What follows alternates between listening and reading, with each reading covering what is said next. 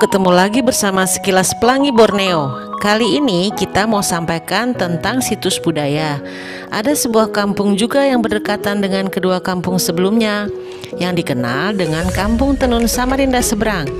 Tempatnya terpusat di salah satu gang yang bernama Gang Pertenunan, Jalan Hos Cokro Aminoto, Kelurahan Rapak Dalam, Kecamatan Samarinda Seberang, Kota Samarinda, Kalimantan Timur. Untuk mencapai daerah ini, kita harus berjalan kaki menyusuri jalan setapak. Di daerah ini, masyarakatnya rata-rata berprofesi sebagai pengrajin kain tenun khas Kalimantan Timur, atau yang dikenal juga Tajong Samarinda. Hampir semua rumah di kampung ini memiliki mesin tenun yang masih tradisional. Saat pertama kali kita menginjakkan kaki memasuki kawasan ini, terdengar suara berdecit dari alat-alat tenun yang sedang dipergunakan, menambah suasana dan nuansa budaya menjadi lebih berkesan. Pada mulanya, kerajinan sarung ini dibawa oleh pedagang suku Bugis dari Sulawesi yang berdiam di kawasan Tanah Rendah yang sekarang dikenal dengan Samarinda Seberang. Tahun 1668 yang menjadi cikal bakal pendirian kota Samarinda di bawah pimpinan Lamohang Daeng Mangkona, dan dia memerintahkan rakyatnya mengembangkan industri kain yang sekarang dikenal di mancanegara sebagai budaya khas Kalimantan Timur. Dari kampung tenun ini dapat dikenal dengan dua kategori, yaitu wisata dan budaya. Karena bukan saja hanya banyak yang menyediakan sarung, namun disebut tempat wisata karena kerajinan ini mendapat perhatian banyak orang yang harus dijaga kelestariannya loh. Sarung tenun Samarinda ini memiliki berbagai macam motif dan variasi warna khas, dan juga harganya pun bervariatif tergantung bahan dan lamanya proses pembuatan. Adapun proses pembuatan sarung itu sendiri menggunakan dua cara, yaitu memakai ATBM atau yang dikenal dengan alat tenun bukan mesin, dan satu alat lagi yang bernama gedokan. Alat ini sejenis alat tradisional untuk menenun sarung. Masing-masing alat memiliki tingkat kesulitan yang berbeda. Jika menggunakan alat gedokan, pembuatan sarung ini bisa memakan waktu 15 hari untuk per lembarnya.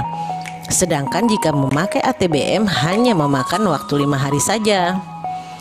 Cara menggunakan gedokan ini pun lebih sulit dibandingkan dengan ATBM, tergantung motif yang dibuat dan diinginkan. Tahu nggak kalau sebenarnya sarung Samarinda ini memiliki 20 motif loh. Belum lagi ditambah dengan perpaduan motif Dayak. Wah, banyak juga ya. Benang yang digunakan pun adalah benang sutra yang berasal dari Cina.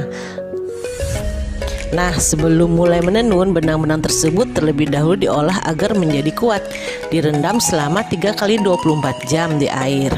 Lalu benang dimasak di air mendidih yang sudah dicampur dengan pewarna yang diinginkan selama 2 jam.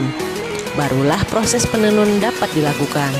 Wah, panjang juga ya proses pembuatannya. Saat ini bisa dihitung dengan jari pengrajin yang pandai dan dapat menggunakan alat tersebut. Hal ini dikarenakan tidak ada lagi generasi muda yang mau belajar menenun. Sebenarnya bukan tanpa alasan generasi muda enggan meneruskannya. Di samping teknik pembuatan yang sulit, juga dikarenakan penjualannya yang tidak mudah dipasarkan. Guna memasarkan dan mengenalkan kain tersebut kepada masyarakat luas, maka digunakanlah sarana media untuk membantu. Kain ini juga dipasarkan hingga ke luar negeri seperti Malaysia. Nah, Sobat Pelangi, salah satu upaya untuk membantu pelestariannya, pemerintah setempat juga membuat salah satu program, yaitu menggunakan sarung Samarinda tersebut sebagai salah satu seragam, baik untuk sekolah, kantor-kantor, dan instansi pemerintahan. Karena dengan usaha seperti itulah keaslian dan ciri khas yang dimiliki oleh kota Samarinda, Kalimantan Timur dapat selalu terjaga loh.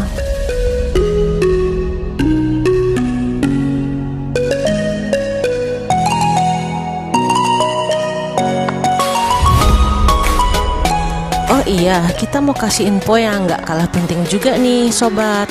Di Kampung Tenun ini terdapat sebuah bangunan adat rumah panggung tua yang berwarna hitam legam yang dijadikan cagar budaya rumah adat. Rumah ini bentuknya memiliki tiang yang banyak, atapnya yang tinggi serta bentuknya yang memanjang. Mirip rumah lamin ya.